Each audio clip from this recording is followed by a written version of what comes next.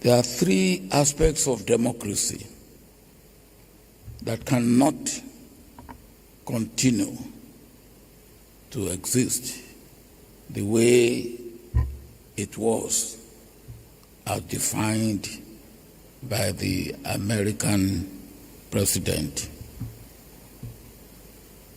Government of the people, by the people, for the people. And in that definition, democracy is meant to be all people's action. And if democracy will not die and be buried, not just die and be buried, democracy must be reformed in context, in content, and in practice. In my part of the world, we have a saying that the thing that killed the vegetable is the insect in the vegetable. The thing that is killing democracy, and we kill it, is the practice of democracy. All the essentials that should be part and parcel of democracy are being ignored or are being bastardized in such a way that democracy has failed to deliver. And democracy cannot deliver unless it is reformed. And if it's not reformed, it will not only fail, it will die, and it will be buried. And yet, there's not any real substitute for democracy as it was originally designed. Government of the people, all the people. What we have now is not government of the people, it's government of some people, by some people, over all the people. And they talk of government democracy as government of the majority. If you talk of government of the majority, what do you do with the minority? Then minority is not part of the people. I hope as we go on tonight, today, we will deliberate on this, and probably we will find a means by which we will put new life into democracy through democratic reform. Thank you very much. Thank you very much. Let me proceed on established protocol. I think my daughter Shamima has acknowledged everybody. And so I'll just say a few preliminary words about the subject, and then after that I'll read a very short speech that I've been given. As a student of history, I always like to go back into the past. And we've had various stages of the development of our democracy. And every stage is important because we have to take lessons learned in order that we come out better. And so the first stage was the liberation of the African continent, of which Ghana played a very significant role. Yeah, Ghanaians, you can clap for that. And actually became the launch pad of the African liberation movement. As young children, we knew that Kaunda, Mugabe, and all of them lived in Ghana and held Ghanaian passports diplomatic passports to prevent them from being harassed or arrested. And so there was the excitement that if we came under self-rule and we governed ourselves, prosperity will naturally come. Unfortunately, Ghana again, the pioneer in most things, quickly dispatched our first president in a coup, and then our Nigerian cousins also followed, and all the other countries followed. And our countries went under military rule. It's been a rotating window of military governments return to constitutional democracy, military governments return to constitutional democracy. And in Ghana's case, of course, we had the NLC, the National Liberation Council, and then we had the Progressive Party government, UP government under Dr. Buzia. Then, of course, the National Redemption Council, the Supreme Military Council, then to the Third Republic under the PNP, Dr. Liman. Then came the June 4, and back to democracy, and then 31st December. After a long period under military rule, we came to a consensus, and it was like the Arab Spring for Africa, where we decided that we had had enough of military dictatorship, and that the people will be better served by democratic and constitutional governance. And so one by one, African countries began to pivot back to constitutional rule and democratic governance. But the thing is, democratic governance guarantees the rights and freedoms of the people, which is true, but in themselves will not bring opportunity and economic prosperity unless you abide by certain principles. And so Ghana went back to constitutional democracy in 1992. There was a lot of excitement about it. President Rawlings became the first civilian president of Ghana, followed by President Kufuor. And since then, it's been a revolving door of NDC at one time for 8 years, MPP 2 comes for 8 years. But for those who attended my inauguration, if you were not on the Black Star Square and we had locked you in a room and you could hear the announcement of the acknowledgement of the presidents who were coming up to greet me, you'd have noticed that the loudest applause was for the countries that have overthrown democracy and are under military dictatorship. That should give us a pause for thought. That should make us think.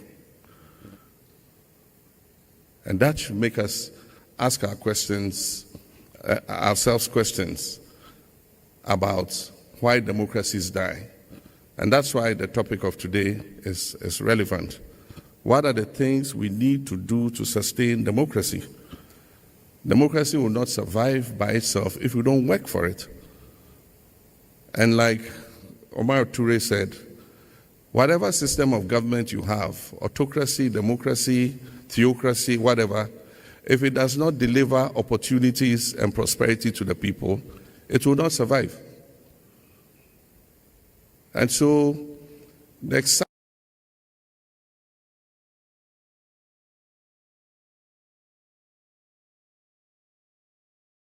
was clear that the excitement had completely disappeared.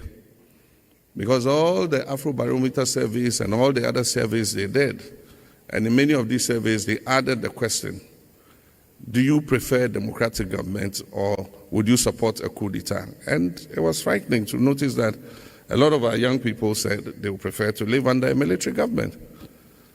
And so that should give us pause for thought. And that is why I said that we need a reset of our democracy. We need a reset of our economy. We need a reset of our governance. We need to make our governance accountable. And that's why I say anybody who wants to serve in public office must be prepared to account to the people. The people are tired of the corruption. They are tired of misgovernance. They are tired of the lack of opportunity. And that is why for those of us who believe in democracy, we must continue to take the advantage of dialogues like this to see what is wrong with our implementation of democracy so that we can make a reset that makes the youth continue to have faith in democratic governance and not romanticize unconstitutional government. So these are just a few words I thought we'll talk about, but also to mention the role of the new media. We don't have the traditional TV and radios as the main source of information now. Anybody puts a camera in front of his face and can make a commentary on anything. And so there again, how do we accommodate the new media in democratic consolidation? Maybe that might be the topic for the next democracy dialogue. And I think the executive director will take note of that. But this is the little speech I wrote, and so I'll go through that and just put my points on record. On behalf of the people and government of Ghana, I extend a warm welcome to you all. And I say Akwaba, what's that, Obake, Wezon, Sandezua. I mean, all our languages have the word welcome, and I think we accommodate everybody. It is our privilege and an honor to host the 2025 Democracy Dialogue. And we owe a debt of gratitude to President Goodluck Jonathan, who has been a towering pillar and whose life embodies the struggle for democracy, peace, and progress in Africa. And through this dialogue, he continues to remind us that democracy is not self-sustaining. It must be nurtured and defended. And I wish to thank all the important people who have come, President Olusegun Obasanjo, Peter Obi, and I mean too many to mention, to lend your presence to this all-important dialogue. Our theme, Why Democracy Dies, Why Democracies Die, is not a verdict but a warning. It forces us to confront uncomfortable truths. Around the world, democratic systems are under strain. Václav Havel, the Czech statesman, once observed, democracy is not something that occurs once for all. It must be fought for every day. That is precisely the spirit of this dialogue we're undertaking. History offers us sobering lessons. In Latin America, democracies collapsed under juntas in the 70s, but later renewal came through truth, reconciliation, and strong institutions. In Asia, South Korea and Taiwan showed how democracies can thrive alongside economic growth, while Myanmar warns of reversals when militarism overwhelms institutions. In Europe, the rise of fascism in the 1930s teaches us how despair and demagoguery can corrode democracy. In the United States, Abraham Lincoln's immortal words still echo. He says, "Government of the people, by the people, for the people, shall not perish from the earth." And yet, government of the people, by the people, for the people, survival is never guaranteed. Ghana has earned recognition as a beacon of democracy in Africa. And since 1992, we've witnessed peaceful transitions, a vibrant media, resilient civil society. But let us be candid. Some negatives in our politics threaten survival of democracy. Inequality, lack of opportunity for young people, monetization of our politics, misinformation, and all others pose grave risks to the survival of democracy.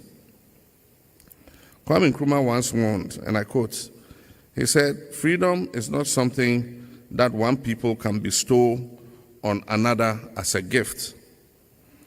They claim it as their own, and none can keep it from them. Our people claim their freedom, but we must guard it jealously. This was Kwame Nkrumah. You could change freedom and put democracy, and it will be the same thing. So my question is, why democracies fail and why democracies die? The first one is weak institutions that fail to protect the rights of the people. The second is corruption and elite capture that erodes the trust of the people in democratic governance. The third is exclusion and inequality that alienate portions of the citizenry. The fourth is leadership deficits that squander legitimacy of governments. And the fifth is external pressures that exploit the vulnerability in democratic systems. And so, to renew democracy, we must do certain things. Of course, the first one is that we must strengthen institutions, independent courts, parliaments, and our electoral bodies. The second is that we must deliver development, because democracy without development, democracy without roads, democracy without schools, hospitals, and jobs will always be at risk. The third, we must educate our citizens. For us, Thomas Sankara said, and I quote, he said, a soldier without political education or ideological training is a potential criminal. The same is true of leadership without ethical grounding. The fourth, we must protect media and civic space. A free press is democracy's immune system.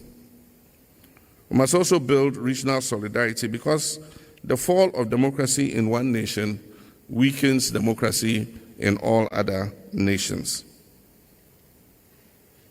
As host, Ghana recommits to upholding democracy not just in rhetoric, but in practice. We'll defend the independence of our institutions, we'll support free expression, and we'll continue to stand with ECOWAS in promoting democratic governance across West Africa. Distinguished citizens, democracy dies when citizens lose faith, when leaders abandon integrity, and institutions succumb to capture. But democracy can be renewed when citizens rise to defend it. And as the former Czech President Havel said again, and I quote, he said, the salvation of this human world lies nowhere else than in the human heart.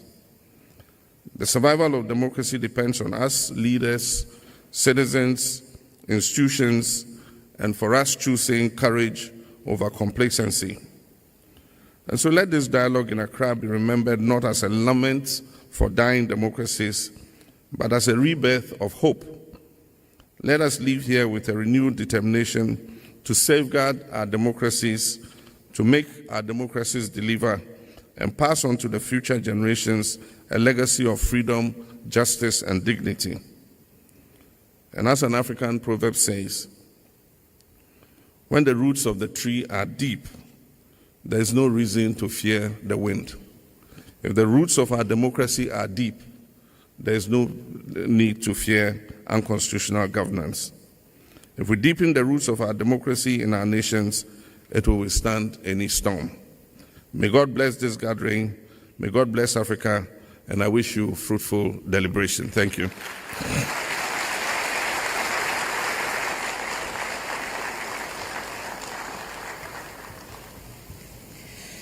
Ladies and gentlemen, another round of applause for His Excellency John Dramani.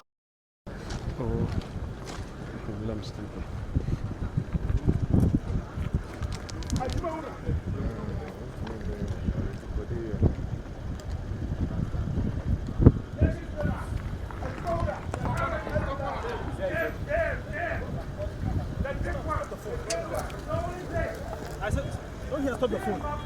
Stop the phone.